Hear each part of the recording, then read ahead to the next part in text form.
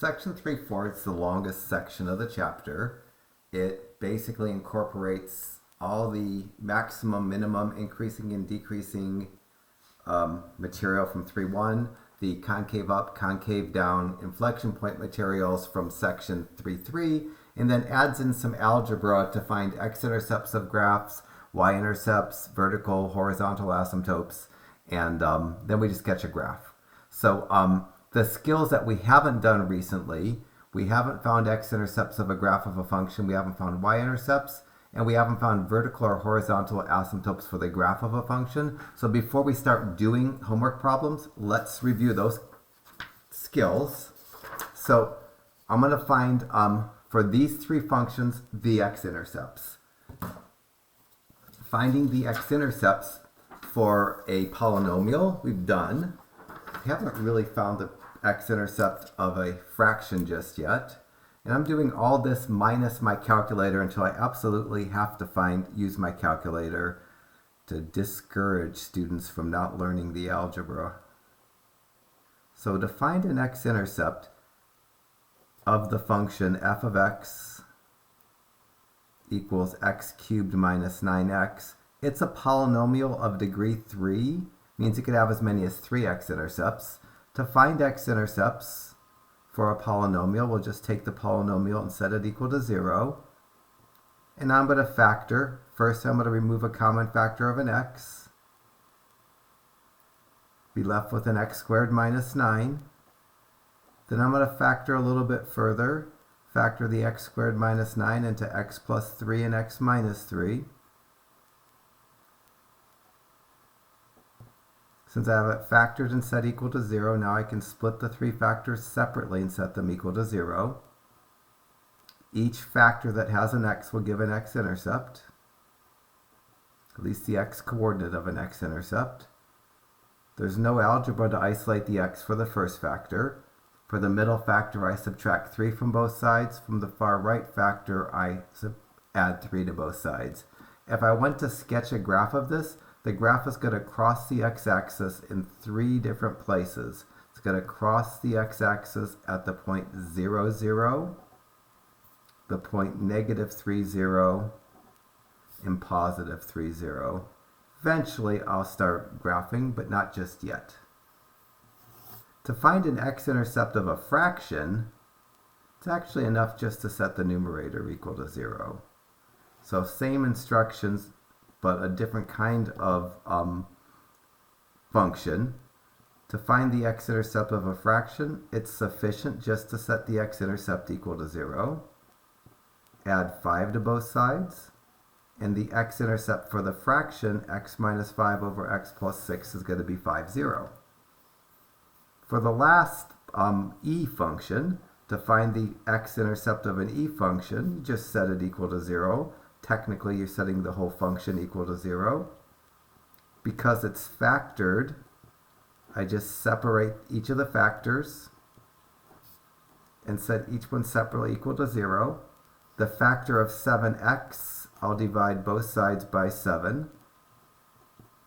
And e to any power can't equal 0. So ultimately, when we get deep into the section and we're asked to graph a function that looks like that, one of the features we're going to display on the graph is the x-intercept. So that's an important skill that at some point we had, at least for the top two. I know in college algebra I do x-intercepts of polynomials and x-intercepts of fractions. Not so sure, I don't really remember if I do x-intercepts of e functions, but it's not that hard to do. So that's one skill, x-intercepts for polynomials, fractions, and e's. Another skill we need to have is to find the y-intercepts. That's way easier. The y-intercept involves no factoring. If for the three functions I wanted you to find the y-intercept, as opposed to the x-intercept, this is where the graph crosses the y-axis, you simply just plug in 0. So if I gave you the function f of x equals x cubed minus 9x, and I wanted to identify where the graph crosses the y-axis, I just plug 0 in for x. This is going to give me 0 cubed minus 9 times 0 That's going to give me 0 for the y part. And the algebra, I'm sorry, that's, yeah, that's 0 for the y part. The x part, this is the x, this is the y. The y-intercept is going to be the point 0, 0. If I want to find the y-intercept for the fraction, it's not enough just to set the numerator equal to 0 like I did when I found the x-intercept. For the y-intercept, I have to use the whole fraction. To find the y-intercept of a fraction, just plugging in 0 for x. And this gives me negative 5 over 6. The numerator is negative 5. The denominator is 6. This is the x. This is the y. The y-intercept for that fraction is the point 0, negative 5, 6. This would be a point on the y-axis, not quite down 1 unit. And the last y-intercept, the y-intercept of the f of x equals 7x e to the x. Just plug in 0 again. There's no special techniques for finding y-intercepts. It's just plugging in zeros every time. This piece, this 7 times 0 is 0. E to the 0 is equal to 1. This gives me 0 again. The number in the parentheses is the x. This is the y. The y-intercept of the 7x e to the x function is 0, 0.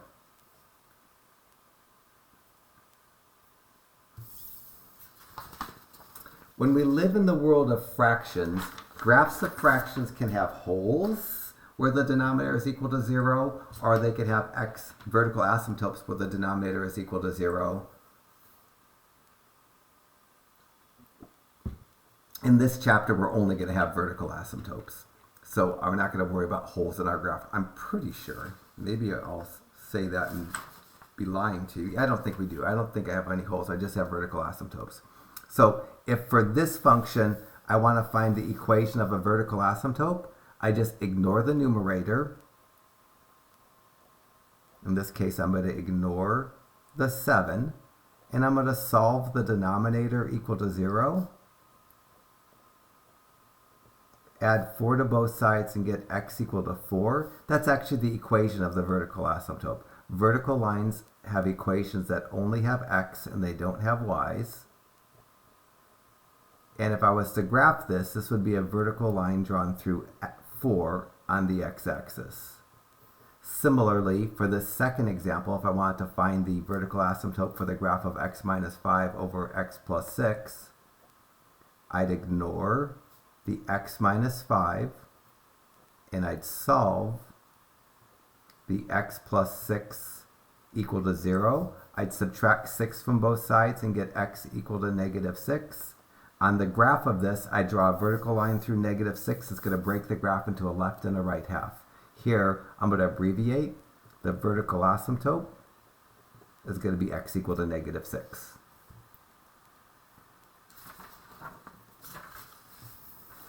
Last skill we need to remember from college algebra is finding horizontal asymptotes. We can technically do it with limits, but there's so much in this section as it is that I decided just to do the trick strategy of finding a horizontal asymptote.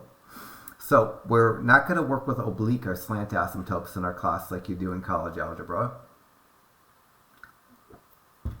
We're going to graph fractions and have to plot vertical and horizontal asymptotes. There's two situations where we're going to deal with. We're either going to have the degree of the numerator being smaller than the degree of the denominator, or the degree of the numerator being the same as the degree of the denominator. In the first example that I wrote, the numerator is a constant. That 7, in some sense, is really the same as 7x to the 0 because x to the 0 is equal to 1. So my numerator is degree 0. The denominator is degree 1. It's the degree of the highest power term, and that term is x to the first power, which is degree 1. The degree of the numerator is the degree of the highest power of x that occurs. Since there's no x that occurs, it's 0. The degree of the denominator is the degree of the highest power of x that occurs. In this case, it's 1. if the degree of the numerator is smaller than the degree of the denominator, and that's what we have here, the horizontal asymptote, a horizontal line that this graph is going to attach to, which you do in college algebra. So I'm doing kind of a really quick review. And then when we get into the actual homework, I'll show you better how these come on the graphs. I just want to get these concepts down before I jump into the section. So this horizontal asymptote would be y equal to 0. The vertical asymptote would be x equal to 4. For the next example, this f of x, and I'm going to emphasize, equals 1 x to the first minus 5 over 1 x to the first plus 6. The numerator, its degree is 1. Its highest exponent is x to the first. So the degree of the numerator is 1. Similarly, the degree of the denominator is also 1. When the degree of the numerator is the same as the degree of the denominator, the horizontal asymptote you get by dividing the leading coefficients. The leading coefficients are the coefficients of the leading term, or the term with the highest degree. So this guy, its horizontal asymptote, is going to be found by dividing the coefficients of the terms with the highest exponents. All of this you definitely had in college algebra or whatever high school equivalent you took to college algebra. May not remember it, but you definitely had it. So my horizontal asymptote here is going to be y equals, I'm going to divide the coefficients of the x's. It's y equals 1 divided by 1. That's y equal to 1. That, I believe, is all of the skills that we need, combined with the skills from sections 3.1 and 3.3. And now we're going to do some monstrous problems. My printer was messing up on me, and I wanted to go without looking at these notes, but let me, well, first of all, let me see if I could just get to my homework. Maybe it didn't mess up on me and I thought it did. Yeah, maybe it didn't. So let me start and do a homework problem. There's so many problems, they take so long. Well, it's not so many problems, but they take so long. Let's just jump into and do like 4 homework problems between the next few videos. Each homework problem, ultimately I need to graph a function. So ultimately I'm going to sketch a graph. I'm going to freehand sketch a graph because a lot of you don't have graph paper. So I'm going to start with number 2, and I'm going to find the x-intercepts of this function. That's a skill that we have. This is a polynomial. To find the x-intercepts of a polynomial, you set the function equal to 0. I'm going to pull out a common factor of 2 because 2 goes into 2 and 12, and x squared because both terms have an x, and the smaller of the exponent is x squared. When I factor out an x squared, I'm going to be left with an x minus 6. So to find an x-intercept of a polynomial, you set the whole polynomial equal to 0. I'm going to emphasize this is 2 times x times x times x minus 6 equals to 0. I can set the 2 equal to 0. That won't give me an x-intercept because it doesn't have an x. I can set either of the x's equal to 0, and maybe this is being a little too detailed, but both of those will give me the same x-intercept that has an x coordinate of 0, and the y is also 0. When I set the x minus 6 equal to 0, I'll add 6 to both sides and get x equal to 6. So when I go to sketch a graph of this, which I'm going to start doing right off, the x-intercepts are going to be the point 0, 0 and the point 6, 0. So this is the first thing I'm asked to find, and each time I find a bit of information, at least a point, I'm going to show it on my graph So I'm just going to pull out a sheet of paper because most of you probably don't have graphing paper, and just draw a generic graph. Leave myself a decent amount of room. I'm not going to increment the y-axis yet because I have no idea what the increments might need to be until I start getting some more points that aren't intercepts. So first point I'm going to plot is the x-intercept of 0, 0, and then 1, 2, 3, 4, 5, 6, the x-intercept of 6, 0. So each time I find a point, at least I'm going to plot it. Ultimately, I might peek at my calculator to get a nicer looking graph that I might be able to do without my calculator. Part B wants me to find the y-intercept of the function, and that's just going f of 0 equals 2 times 0 cubed minus 12 times 0 squared. I know that's going to be 0, but if you don't know it's going to be 0, you can just press buttons and go 2 times 0 cubed minus 12 times 0 squared. And it gives me 0. And again, this is the x. What I get out is the y. So my answer for my y-intercept is also the point 0, 0. If this was a unique new point, I'd spend time to plot it. But it's not a new point, so I'm not going to plot it. Now, I'm going to find the intervals where the graph is increasing, decreasing, find just the point for the relative maximum. I probably should say find the relative maximum point, find the relative minimum point. I'm not going to worry about saying the maximum value is y equal to something. We just want the point. So for C through E, I will need the function to get y coordinates, but I need the first derivative to do all of this. So this is hearkening back to section 3.1. I need the first derivative and all the test work for it to figure out where a graph of a function is increasing and decreasing and where I have maximums and minimums. So I just took the first derivative. I'm going to get the critical value by setting the first derivative equal to 0.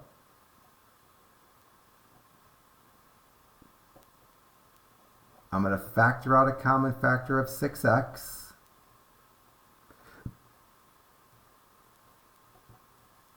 I'm going to set each factor equal to 0.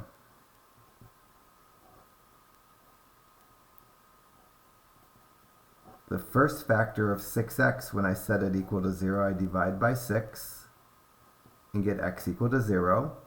The second factor of x minus 4, when I set it equal to 0, I get x equal to 4. So for the first derivative tests, we find the first derivative, find the critical numbers, then we place the critical numbers on a number line that also includes negative and positive infinity. Then I create intervals. My first interval is going to go from negative infinity to 0. These intervals only have round parentheses. I'm going to get an interval from 0 to 4 and an interval from 4 to infinity. This is just review, but it might feel new because we haven't done it for a few days probably. In the far left interval, I'm going to plug in -1. In the middle interval, I'm going to plug in +1. And in the far right interval, I'm going to plug in 5 into the first derivative. So I'm going to go x equal to -1 just because it's right up against the edge of that interval. X equal to 1 and x equal to 5. And I'm going to plug them right into that. I'm going to go f prime of -1 equals 6 times -1 squared minus 24 times -1. I'll do the same with 1. F prime of 1 equals 6 times 1 squared minus 24 times 1. And then with 5, the derivative, first derivative evaluated at 5 is 6 times 5 squared minus 24 times 5. Calculator worthy. So first computation, 6 times -1 squared minus 24 times -1. I get positive 30. Next computation, 6 times 1 squared minus 24 times 1. I get negative 18. Last computation, 6 times 5 squared minus 24 times 5. I get 30. It happens all the time by the way I pick my x's that I get duplicates. So now I know that in the interval from negative infinity to 0, the graph is increasing because I got a positive result. In the interval from 0 to 4, the graph is decreasing because I got a negative result. And in the interval from 4 to infinity, the graph is increasing because I got a positive result. So I can put these in my answers. For 2c, the intervals where it's increasing are negative infinity to 0,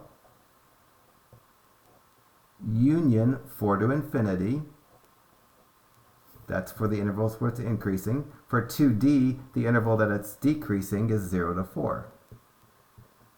I should be able to figure out maxes and mins now as well. My graph goes like this. It goes increasing, then it decreases, and then it increases. So it looks to me like I have a maximum that has an x-coordinate of 0 and a minimum that has an x-coordinate of 4. Ultimately, I'm going to, right next to part E, my maximum is 0 comma something, and I'm going to write next to part F that my minimum is 4 comma something, and if they're new points, I'm going to pull my graph out and plot those on. So let me first find the y-coordinate of the max, and then I'll do the y-coordinate of the min. To do the y-coordinate of the max, I plug 0 into the original function. I've done that already when I found the y-intercept. So this I even did on my calculator. This comes out to 0. This is the x-coordinate, and this is the y-coordinate of the maximum. The maximum is just the point 0, 0. We're just going to write it as a point. Now let me do the same for the minimum. Find the y-coordinate of the minimum. And this is going to give me a new point to plot on my graph. The y-coordinate of the minimum, I'm going to plug 4 into the original function and do 2 times 4 cubed minus 12 times 4 squared. So 2 times 4 cubed minus 12 times 4 squared. If I did it right, it's negative 64. Again, this is the x, this is the y. To finish up the answers on this page, I'm going to finish up writing the minimum is the point 4, negative 64. Now I have something that's graphable. That's a new point. The point 0, 0 I already have graphed. Now the point 1, 2, 3, 4. And then negative 64 is going to be impossible for me to increment very nicely. I'm going to increment by tens to just make a very crude approximation of negative 64. My hash marks little here should be equally distanced, but they're not. Doesn't really matter. We're not going for perfection here. So positive 4, negative 64 is about there.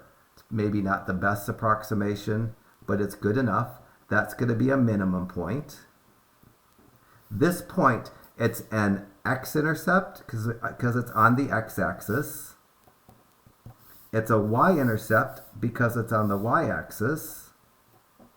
And it's also a maximum point. It's everything I can do with the first derivative. Done.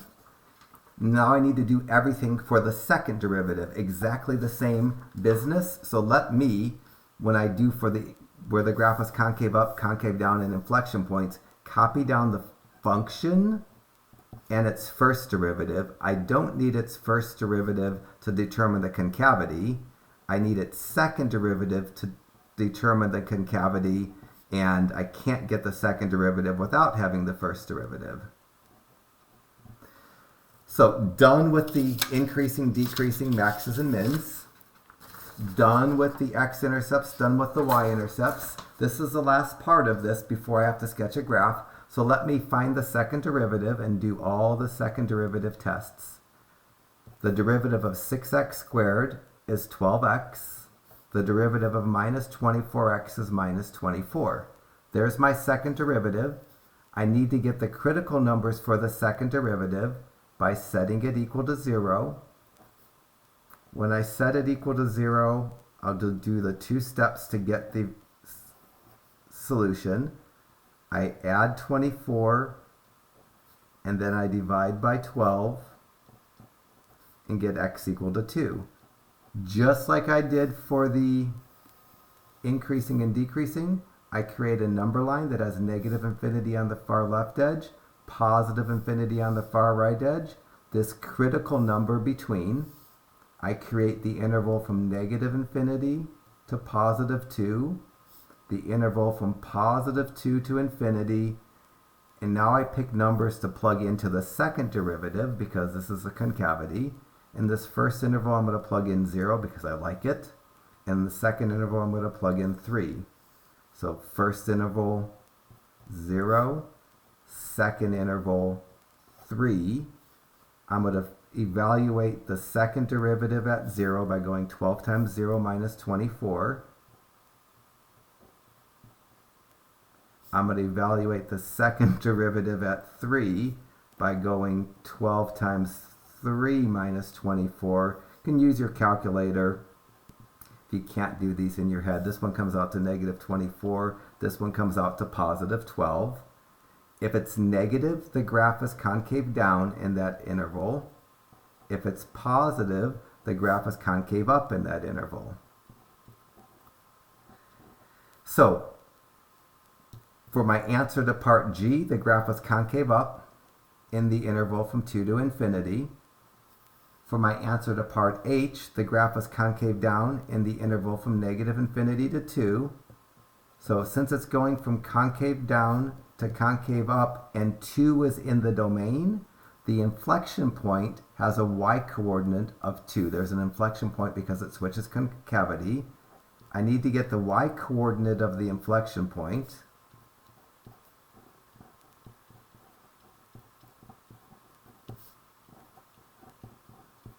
And I'm going to go y equals, and I'm going to use the original function, 2 times 2 cubed minus 12 times 2 squared. So 2 times 2 cubed minus 12 times 2 squared, and I get negative 32 for the y-coordinate of the inflection point. That's the last point I'm going to plot. And then I'm going to kind of borrow from my calculator the graph and to make sure it increases where it needs to increase, make sure it has the right concavity. Last point I need to plot 2 and then negative 32. I could sketch a graph without my calculator because I've done so many of these, it would be reasonably accurate. But since we're kind of new to this, let's get this much done by hand. And now in the y1 on my calculator, I'm going to graph the function 2x cubed minus 12x squared. In algebra, it's hard to know what the window should be, not so much in calculus. If my x max just gets beyond 6, I'm okay. So usually I do negative 10 to 10 on the x min and x max, unless an x-intercept is outside of that window. So for no special reason other than the calculator likes this, I default to that. But my y-min, it needs to be at least negative 64. If I made it negative 70, this point would show up, but just for safety purposes, I'm going to make it negative 80. The y-max doesn't matter. There's no points up here that are going to be of interest to me. But I like symmetry, so let me make it 80 as well. But it could have just kept it at 10. So I'm going to enter this on my calculator now. Y equals, clear anything that's in there. I'm entering 2x cubed minus 12x squared, window, negative 10 to 10 is fine on the x's. There might be something better, but that doesn't really matter. The y-min is the big deal. It's got to go underneath negative 64. The y-max, I just like symmetry. I don't know why. Now I'm going to hit graph. The function's going to increase to the maximum point and be concave down. And then it's decreasing and concave down to the inflection point. it flips over and keeps decreasing and turns concave up to the minimum point, and then it's concave up and increasing the rest of the way. I'm just going to copy this onto my calculator. So in this first region out here, my graph is increasing but concave down. So there's increasing and concave down. It gets to the maximum point. It continues concave down, but it starts decreasing. Then it gets to the inflection point, and this is where it bends over and starts going concave up. Gets to the minimum point, continues increasing, and it continues concave up the best I can make it concave up. That would be a better picture. I'm not so good at drawing these pictures, so I often, what you'll see on my homework answers, is often a computerized graph. I don't usually graph by hand, but as close as you can to this, it should go through the point 0, 0, 2, -32, 4, -64, increase to the maximum point and be concave down, decrease from the maximum point to the point 2, -32. At the point 2, -32, it continues decreasing but turns to concave up, gets to the minimum point of 4, -64 and starts increasing. So that's a half hour for one problem. And of course, there's more than one problem. So let's do, a part 2, maybe a part 3. Here's the graph that my computer gave me, which is much better than the one that I drew. Again, increasing and concave down, decreasing and concave down, decreasing and concave up, increasing and concave up. Goes through the X-Intercepts, goes through the Y-intercept, goes through the maximum minimum point, goes through the inflection point. All right, so we'll do a part 2. I don't know how many of these we're going to do, but we'll do as many as I can do.